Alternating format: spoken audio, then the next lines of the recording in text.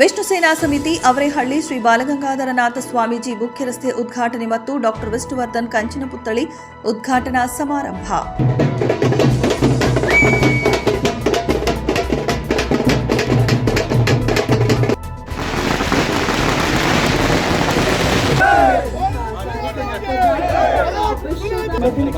ಪರಮ ಪೂಜ್ಯ ಜಗದ್ಗುರು ಆದಿಚುಂಚನಗಿರಿ ಮಹಾಸಂಸ್ಥಾನ ಮಠದ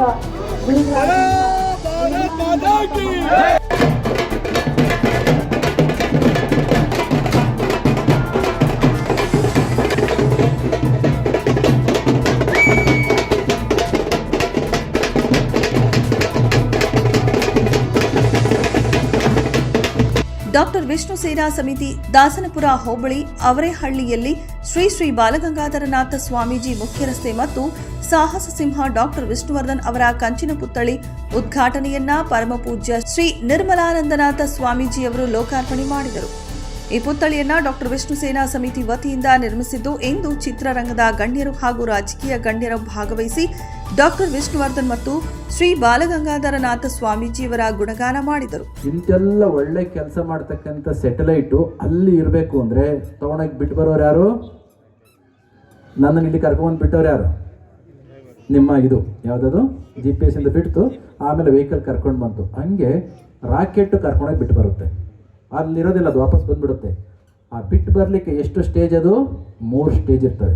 ಮೊದಲನೇ ಸ್ಟೇಜು ಒಂದು 200 ಕಿಲೋಮೀಟ್ರ್ ತೊಗೊಂಡೋಗಿ ಪುಷ್ ಕೊಟ್ಟು ಕೆಳಗಡೆ ಬಂದ್ಬಿಡುತ್ತೆ. ಎರಡನೇ ಸ್ಟೇಜು ಇನ್ನೊಂದು 100 ಕಿಲೋಮೀಟ್ರ್ ತೊಗೊಂಡು ಮೇಲೆ ಬಿಡುತ್ತೆ, ಅದು ಕೂಡ ಕೆಳಗಡೆ ಬರುತ್ತೆ. ಇನ್ನೊಂದು ಸ್ಟೇಜು 400 ಕಿಲೋಮೀಟ್ರ್ ತೊಗೊಂಡೇ ಬಿಡುತ್ತೆ. ಯಾಕೆ ಹೇಳಿದೆ ಗೊತ್ತಾ? ನಾವು ಮಾಡ್ತಕ್ಕಂಥ ಸೇವೆ ಸ್ವಲ್ಪ ದೂರ ತೊಗೊಂಡು ಹೋಗುತ್ತೆ ದೇವ್ರ ಹತ್ರ. ನಾವು ಮಾಡ್ತಕ್ಕಂಥ ಭಕ್ತಿ ಇನ್ನೊಂದು ಸ್ವಲ್ಪ ದೇವರ ಹತ್ರ ಕರ್ಕೊಂಡು ಹೋಗುತ್ತೆ. ಆನಂತರ ಮಾಡ್ತಕ್ಕಂಥ ಜ್ಞಾನ ದೇವರ ಹತ್ರನೇ ತೊಗೊಂಡೋಗಿ ಬಿಟ್ಟುಬಿಡುತ್ತೆ. ಈ 3 ಕಾನ್ಸೆಪ್ಟ್ಗಳನ್ನು ಜಗತ್ತಿಗೆ ಕೊಟ್ಟವರು ಪೂಜ್ಯಗುರು ಡಾಕ್ಟರ್ ಬಾಲಗಂಗಾಧರನಾಥ ಮಹಾಸ್ವಾಮೀಜಿಯವರು. ಕೇವಲ ಸೇವೆಯನ್ನು ಅಷ್ಟೇ ಮಾಡಲಿಲ್ಲ, ಸೇವೆಯನ್ನು ಅಷ್ಟೇ ಹೇಳ್ಕೊಡ್ಲಿಲ್ಲ. ಕೇವಲ ಭಕ್ತಿಯನ್ನು ಮಾಡಲಿಲ್ಲ, ಭಕ್ತಿಯನ್ನು ಅಷ್ಟೇ ಹೇಳ್ಕೊಡ್ಲಿಲ್ಲ, ಜ್ಞಾನವನ್ನು ಕೊಟ್ಟು ಅಲ್ಲಿಗೆ ತ್ರಿವಿಧ ದಾಸೋಹ, ಸೇವೆಯ ದಾಸೋಹ, ಭಕ್ತಿಯ ದಾಸೋಹ, ಜ್ಞಾನದ ದಾಸೋಹ. ಈ ವೇದಿಕೆ ನಿಜಕ್ಕೂ ಬಹಳ ಗೌರವವಾದ ವೇದಿಕೆ. ಯಾಕೆಂದರೆ ಸತ್ಕಾರ್ಯ ಮಾಡ್ತಾ ಇದ್ದೀವಿ ಇವತ್ತು. ಒಂದು ಕಡೆ ರಕ್ತದಾನ, ಪುತ್ಥಳಿ ಅನಾವರಣ, ಯಾವುದು ಸಮಾಜಕ್ಕೆ ಹತ್ತಿರವಾದಂಥ ಕೆಲಸಗಳು ಮಾಡ್ತಾರೆ ಅವೆಲ್ಲವೂ ಕೂಡ ಒಳ್ಳೆಯ ವೇದಿಕೆ. ವೇದಿಕೆ ಪುತ್ರ ಶ್ರೀನಿವಾಸ್ ಅವರಿದ್ದಾರೆ. ನಾನು ಅವ್ರನ್ನ ಯಾವಾಗಲೂ ವಿಷ್ಣು ಪುತ್ರ ಅಂತ ಹೇಳ್ತಾ ಇರ್ತೀನಿ. ವೇದಿಕೆ ಪುತ್ರ ಅಲ್ಲ, ಎಲ್ಲ ವೇದಿಕೆಯಲ್ಲೂ ಹೇಳ್ತಾ ಇರ್ತೀನಿ. ಅವರು ಇವರನ್ನು ನೋಡಿಲ್ಲ, ವಿಷ್ಣು ಸರ್ ಇವರನ್ನು ನೋಡಿಲ್ಲ, ಇವರು ಅವರನ್ನು ನೋಡಿಲ್ಲ. ಒಬ್ಬರನ್ನೊಬ್ಬರು ನೋಡಿದ್ರೆ ಪ್ರೀತಿ ಮಾಡ್ತಾರೆ ನೋಡಿ, ಆ ಥರ. ಅವ್ರಿಗೆ ಏನಪ್ಪ ನಿನ್ನ ಜೀವನದಲ್ಲಿ ಸಾಧನೆ ಅಂದರೆ ವಿಷ್ಣುವರ್ಧನ್ ಅವ್ರ ಹೆಸರಲ್ಲಿ ನಾನು ಏನಾದರೂ ಮಾಡಿಡಬೇಕು. ನಿನ್ನ ಗುರಿ ಏನು ಅಂದರೆ ವಿಷ್ಣುವರ್ಧನ್ ಅವ್ರ ಹೆಸರಲ್ಲಿ ಏನಾದರೂ ಮಾಡಬೇಕು ಅಂತ ಹೇಳಿ ದಿನನಿತ್ಯ ಅವ್ರ ಹೆಸರಲ್ಲಿ ಅವ್ರು ಜಪ ಮಾಡಿಕೊಂಡು ಹಲವಾರು ಸತ್ಕಾರ್ಯಗಳನ್ನು ಮಾಡ್ತಾ ಅವರನ್ನೆಲ್ಲ ಅವ್ರನ್ನ ಬದುಕಿಸ್ಕೊಂಡು ನೋಡಿ. ಇವೆಲ್ಲ ಇವತ್ತೊಂದು ಕಾರ್ಯಕ್ರಮ ಮಾಡಿ ಗುರುಗಳನ್ನ ಕರೆಸಿ ಅವರಿಂದ ಆಶೀರ್ವಚನ ಪಡ್ಕೊಂಡು ನಿಮ್ಮನ್ನೆಲ್ಲ ಅವರ ಆದರ್ಶಗಳ ಬಗ್ಗೆ ಒಂದಷ್ಟು ಮಾತುಗಳು ನಿಮ್ಮ ಕಿವಿಗೆ ಬೀಳೋ ಹಾಗೆ ಮಾಡಬೇಕು ಅಂದರೆ ಈ ರೀತಿ ವಿಷ್ಣುಪುತ್ರ ಶ್ರೀನಿವಾಸ್ ಅಂತವರು, ತಿಮ್ಮೇಗೌಡರಂತವರು. ಇವತ್ತು ಒಂದು ಕಡೆ ಸಂತೋಷ, ಒಂದು ಕಡೆ ದುಃಖ. ಯಾಕೆ ಅಂದರೆ ಹಿಂದೆ ವಿಷ್ಣುವರ್ಧನ್ ಅವರಿದ್ದ ಕಾಲದಲ್ಲಿ ನಾವು ಚಿತ್ರಗಳು ಮಾಡಿದ್ವಿ. ಅದಕ್ಕೆಲ್ಲ ಬೆನ್ನೆಲುಬಾಗಿ ನಿಂತಿದ್ದು ವಿಷ್ಣು ಅಭಿಮಾನಿಗಳು, ಕನ್ನಡದ ಅಭಿಮಾನಿಗಳು ಹಾಗೂ ಕರ್ನಾಟಕದ ಪ್ರೇಕ್ಷಕರು. ಅವರನ್ನು ನಾವು ಇವತ್ತು ಮರೆಯೋಕ್ಕಾಗಲ್ಲ.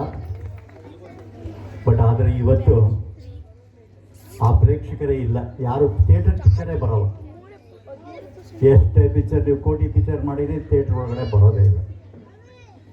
ಆವತ್ತು ಆ ಒಂದು ಹೋರಾಟ, ಸಾಹಸ, ಆವತ್ತಿನ ಆ್ಯಕ್ಟ್ರುಗಳೆಲ್ಲ ಒಂದು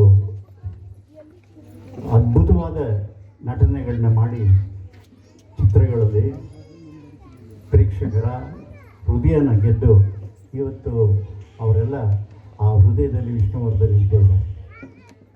ಯಾಕೆಂದರೆ ನಾನು ವಿಷ್ಣುವರ್ಧನ್ ಜೊತೆ ಸುಮಾರು ನನಗೆ 70 ವರ್ಷ, ಈಗ ಒಂದು 55-60 ವರ್ಷ ಜೊತೆಲೇ ಬೆಳೆದಿದ್ದೀವಿ ನಾವು.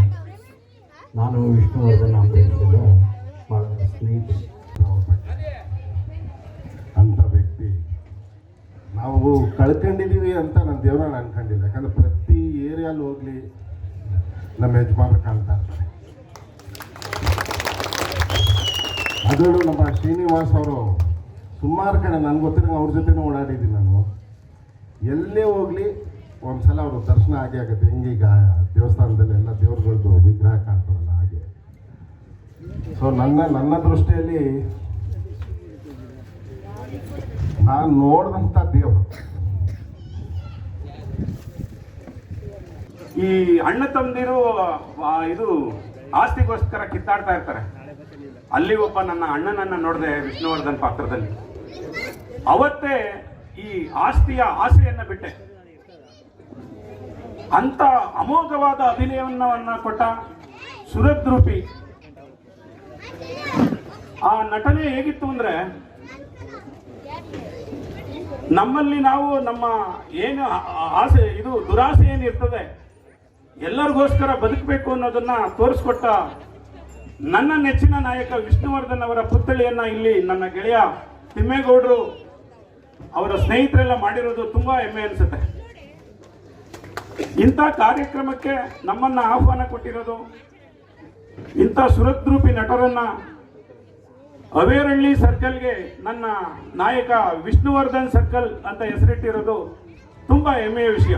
ಇದೇ ಸಂದರ್ಭದಲ್ಲಿ ಪರಮ ಪೂಜ್ಯ ಶ್ರೀ ನಿರ್ಮಲಾನಂದ ಸ್ವಾಮೀಜಿ, ಯಲಹಂಕ ಶಾಸಕರಾದ ಎಸ್ಆರ್ ವಿಶ್ವನಾಥ್, ಚಿಕ್ಕಬಳ್ಳಾಪುರ ಲೋಕಸಭಾ ಸದಸ್ಯರಾದ ಡಾಕ್ಟರ್ ಕೆ ಸುಧಾಕರ್, ಬೆಮೆಲ್ ನಿರ್ದೇಶಕರಾದ ಸತೀಶ್ ಕಡತನಾಮಲೆ, ಚಿತ್ರ ನಟರಾದ ಎಸ್ ನಾರಾಯಣ್ ಶೋಭರಾಜ್, ನಿರ್ದೇಶಕರಾದ ರಾಜೇಂದ್ರ ಸಿಂಗ್ ಬಾಬು, ಜೆಡಿಎಸ್ ಮುಖಂಡರಾದ ರಾಮಕೃಷ್ಣಪ್ಪ, ಬಿಜೆಪಿ ಮುಖಂಡರುಗಳಾದ ಕಿತ್ತನಹಳ್ಳಿ ರವಿ, ವಿಷ್ಣು ಸೇನಾ ಸಮಿತಿ ಅಧ್ಯಕ್ಷರಾದ ತಿಮ್ಮೇಗೌಡ ಮುಂತಾದ ಮುಖಂಡರುಗಳು ಭಾಗವಹಿಸಿ ಡಾಕ್ಟರ್ ವಿಷ್ಣುವರ್ಧನ್ ಅವರ ಪುತ್ಥಳಿ ಹಾಗೂ ಶ್ರೀ ಬಾಲಗಂಗಾಧರನಾಥ ಸ್ವಾಮೀಜಿಯವರ ಮುಖ್ಯ ರಸ್ತೆಯ ನಾಮಫಲಕಕ್ಕೆ ಪುಷ್ಪಾರ್ಚನೆ ಮಾಡಿದರು.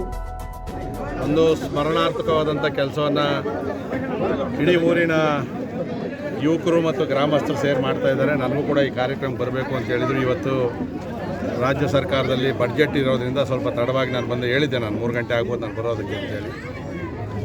ಇವತ್ತು ಕನ್ನಡದ ಮೇರು ನಟ ಮತ್ತು ಕನ್ನಡದ ಬಗ್ಗೆ ಕಳಕಳಿ ಇಟ್ಕೊಂಡಿರ್ತಕ್ಕಂಥ ಒಬ್ಬ ಹಿರಿಯ ಕಲಾವಿದರಾದಂಥ ದಿವಂಗತ ಡಾಕ್ಟರ್ ಸಾಹಸ ಸಿಂಹ ವಿಷ್ಣುವರ್ಧನ್ರವರ ಒಂದು ಪ್ರತಿಮೆಯನ್ನು ಇವತ್ತು ಅನಾವರಣ ಮಾಡಿರ್ತಕ್ಕಂಥದ್ದು. ಯಾಕೆಂದರೆ ಸತ್ತು 11 ದಿನಕ್ಕೆ ಜನ ಮರೆತ್ಕೊತೀವಿ.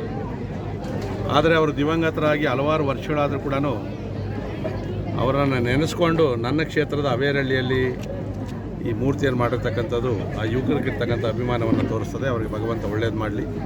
ಜೊತೆಯಲ್ಲಿ ಇವತ್ತು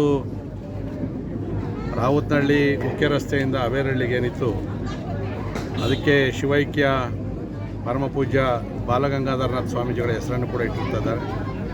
ಯಾಕಂದರೆ ಸ್ವಾಮೀಜಿಗಳನ್ನು ನೆನೆಸ್ಕೊಳ್ತಕ್ಕಂಥ ಕೆಲಸ ಆಗಬೇಕು. ಯಾಕಂದರೆ ಖಾಲಿ ರಸ್ತೆ ಇರೋ ಬದಲು ಸ್ವಾಮೀಜಿಗಳಿದ್ದಾಗ ಆ ಸ್ವಾಮೀಜಿ ಯಾರು, ಅವ್ರ ಇತಿಹಾಸ ಏನು ಅಂತಕ್ಕಂಥದ್ದು. ಯಾಕಂದರೆ ಅನೇಕ ಶಾಖಾ ಮಠಗಳನ್ನು ಮಾಡಿ, ಕಾಲೇಜುಗಳನ್ನು, ವಿದ್ಯಾಭ್ಯಾಸಗಳನ್ನು, ಅನ್ನದಾಸೋಹವನ್ನು ಮಾಡ್ತಾ ಇರ್ತಕ್ಕಂಥ ಅಂಥ ಪುಣ್ಯ ಪುರುಷನನ್ನು ಸ್ಮರಿಸ್ತಕ್ಕಂಥ ಕೆಲಸವನ್ನು ಕೂಡ ಇವತ್ತು ಗ್ರಾಮಸ್ಥರು ಮಾಡಿದ್ದಾರೆ. ನಿಜಕ್ಕೂ ಕೂಡ ಭಾಳ ಸ್ತುತ್ಯಾದವರ ಕೆಲಸ. ಅವರಿಗೆ ಅಭಿನಂದನೆಗಳನ್ನು ಸಲ್ಲಿಸ್ತಾರೆ. ಸರ್, ಈಗ ರಾವತ್ ಯಾಕೆಂದರೆ ನಾನು ಭಾಳ ಹಿಂದೆಯೇ ಇದಕ್ಕೆ ಪ್ಲ್ಯಾನ್ ಮಾಡ್ಕೊಂಡಿದ್ದೆ. ಯಾಕಂದರೆ ಈಗ ನಾವು ನೋಡಿರ್ಬೋದು, ಅರ್ಧ ರಸ್ತೆ ಪೂರ್ತಿ ಎಲ್ಲ ದೊಡ್ಡ ದೊಡ್ಡ ಟ್ರಕ್ಗಳು ಬಂದು ಗೌಡಹಳ್ಳಿವರೆಗೂ ರಸ್ತೆಗಳು ಜಾಮ್ ಆಗ್ತಾ ಇರ್ತಕ್ಕಂಥದ್ದು ನೋಡ್ತಾ ಇದ್ವಿ. ಮತ್ತು ಸಾಕಷ್ಟು ಇಲ್ಲಿ ಬೆಳವಣಿಗೆಗಳು ಕೂಡ ಆಗ್ತಾಯಿದೆ. ಲೇಔಟ್ಗಳಾಗಿದೆ, ಬೇರೆ ಬೇರೆ ಡೆವಲಪ್ಮೆಂಟ್ಸ್ ಆಗ್ತಾ ಇರೋದ್ರಿಂದ ರಸ್ತೆ ಅಗಲೀಕರಣ ಆಗ್ತಕ್ಕಂಥ ಅವಶ್ಯಕತೆ ಇದೆ. ಅದನ್ನು ಮನಗಂಡು ಇವತ್ತು ಸರ್ಕಾರದಿಂದ 19 ಕೋಟಿ ರೂಪಾಯಿಗಳ ಅನುದಾನವನ್ನು ಮಂಜೂರಾಗಿ ಟೆಂಡರ್ ಕೂಡ ಆಗಿದೆ. ಸೊ ಇವತ್ತೇನು ಅಂದರೆ ರಸ್ತೆ ಅಗಲೀಕರಣ ಮಾಡಬೇಕಾದ್ರೆ ಕೆಲವು ಕಡೆ ಗೋಮಾಳಿ ಜಾಗ ಐತೆ, ನಮಗೇನು ಸಮಸ್ಯೆ ಇಲ್ಲ. ಕೆಲವು ಕಡೆ ಗ್ರಾಮಸ್ಥರು ಸ್ವಲ್ಪ ಜಾಗ ಬಿಡಬೇಕಾಗ್ತದೆ. ಒಂದು ಸೌಭಾಗ್ಯ ಏನು ಅಂದರೆ, ನಾನು ಅನೇಕ ರಸ್ತೆಗಳನ್ನು ದಾಸನಪುರ ಹೋಬಳಿಯಲ್ಲಿ ವಿಸ್ತಾರ ಮಾಡಿದ್ದೀನಿ. ಯಾರು ಎಲ್ಲೂ ಕೂಡ ತಕರಾರು ಮಾಡಿಲ್ಲ. ಪ್ರಾರಂಭದಲ್ಲಿ ಸಣ್ಣ ಪುಟ್ಟ ತಕರಾರು ಮಾಡಿದ್ರು ಕೂಡ ಮತ್ತೆ ಗ್ರಾಮಸ್ಥರು ಎಲ್ಲ ಮನವೊಲಿಸಿ ರಸ್ತೆಯನ್ನು ಬಿಟ್ಕೊಟ್ಟಿದ್ದಾರೆ. ಆಮೇಲೆ ಈ ರಸ್ತೆ ಮಾಡಿದ್ರೆ ಈ ಭಾಗಕ್ಕೆ ಕೂಡ ಸಾಕಷ್ಟು ಪ್ರಗತಿಗೆ ಅನುಕೂಲ ಆಗ್ತದೆ.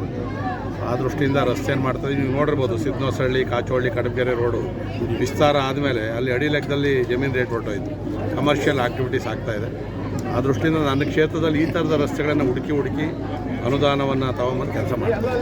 ವಿಷ್ಣುವರ್ಧನ್ ರವರ ಅಭಿಮಾನಿಗಳು ಇವರೆಲ್ಲರೂ ಕೂಡ ಸೇರ್ಕೊಂಡು ನಮ್ಮ ಮುಖಂಡರು, ನಮ್ಮ ಪಕ್ಷದ ಮುಖಂಡರು ಎಲ್ಲ ಸೇರಿ ಇವತ್ತು ಸ್ವಾಮೀಜಿರವರ ಹೆಸರನ್ನು ಈ ಮುಖ್ಯ ರಸ್ತೆಗೆ ಇವತ್ತು ನಾಮಫಲಕವನ್ನು ಉದ್ಘಾಟನೆ ಮಾಡುವಂಥ ಕೆಲಸ. ಅದರ ಜೊತೆಗೆ ಕಂಚಿನ ಪುತ್ಥಳಿಯನ್ನು ಇವತ್ತು ವಿಷ್ಣುವರ್ಧನ್ ಅವರ ಪುತ್ಥಳಿಯನ್ನು ಕೂಡ ಇವತ್ತು ಅನಾವರಣ ಮಾಡಿದ್ದಾರೆ. ಅದರಲ್ಲಿ ಆ ಕಾರ್ಯಕ್ರಮದಲ್ಲಿ ಪಾಲ್ಗೊಳ್ಳಲಿಕ್ಕೆ ಭಾಳ ಅತ್ಯಂತ ಸಂತೋಷದಿಂದ, ಅಭಿಮಾನದಿಂದ, ಭಕ್ತಿಯಿಂದ ಬಂದಿದ್ದೇನೆ. ಹಾಗಾಗಿ ಸ್ವಲ್ಪ ತಡ ಆದರೂ ಕೂಡ ಇವತ್ತು ನಮ್ಮೆಲ್ಲ ಮುಖಂಡರ ಜೊತೆ ಬಂದು ಅವರ ಸಂತಸದಲ್ಲಿ ನಾವು ಕೂಡ ಭಾಗಿಯಾಗಿರುವಂಥದ್ದು. ನನಗೆ ವಿಷ್ಣುವರ್ಧನ್ ಅವರು ಸಣ್ಣ ಹುಡುಗರಿಂದ ಭಾಳ ಇಷ್ಟ ನೀವು, ಮತ್ತು ಅವರು ಎಲ್ಲ ಭಾಳಷ್ಟು ಸಿನಿಮಾಗಳು ಸಣ್ಣ ಹುಡುಗನಲ್ಲಿ ನೋಡಿದ್ದೆ. ಅವರ ಅಭಿಮಾನಿ ಕೂಡ. ಹವೇರಳ್ಳಿಯ ಗ್ರಾಮದಲ್ಲಿ ಹವೇರಳ್ಳಿ ಇರೋವರೆಗೂ ಕೂಡ ಮರೆಯಲಾಗದಂಥ 2 ಒಳ್ಳೆಯ ಕೆಲಸಗಳು ಇವತ್ತಾಗಿದೆ ಅಂತ ನಾನು ಭಾವಿಸಿದ್ದೀನಿ. ಕಾರಣ ಏನಂತಂದರೆ, ಒಂದು, ಪ್ರತಿ ದಿವಸ ಲಕ್ಷಾಂತರ ಜನರಿಗೆ, ವಿದ್ಯಾರ್ಥಿಗಳಿಗೆ ಅನ್ನದಾಸೋಹ ಮತ್ತು ವಿದ್ಯಾದಾನವನ್ನು ಮಾಡ್ತಿರ್ತಕ್ಕಂಥ ಮಹಾನ್ ಚೇತನ ಶ್ರೀ ಬಾಲಗಂಗಾಧರನಾಥ ಸ್ವಾಮೀಜಿಯವರ ಹೆಸರನ್ನು ಇಟ್ಟಿರ್ತಕ್ಕಂಥದ್ದು ರಸ್ತೆಗೆ ಒಂದು. ಮತ್ತೊಂದು, ಚಿತ್ರರಂಗದಲ್ಲಿ ರೈತರ, ಯುವಕರ, ಮಹಿಳೆಯರ ಮನಸ್ಸನ್ನು ಗೆದ್ದಂಥ,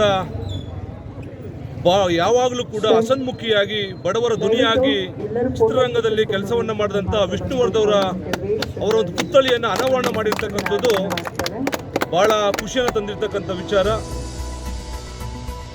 ವರದಿ ಹನುಮಂತರಾಜು, ವಿಸ್ಮಯ ನ್ಯೂಸ್ ಕನ್ನಡ, ಯಲಹಂಕ.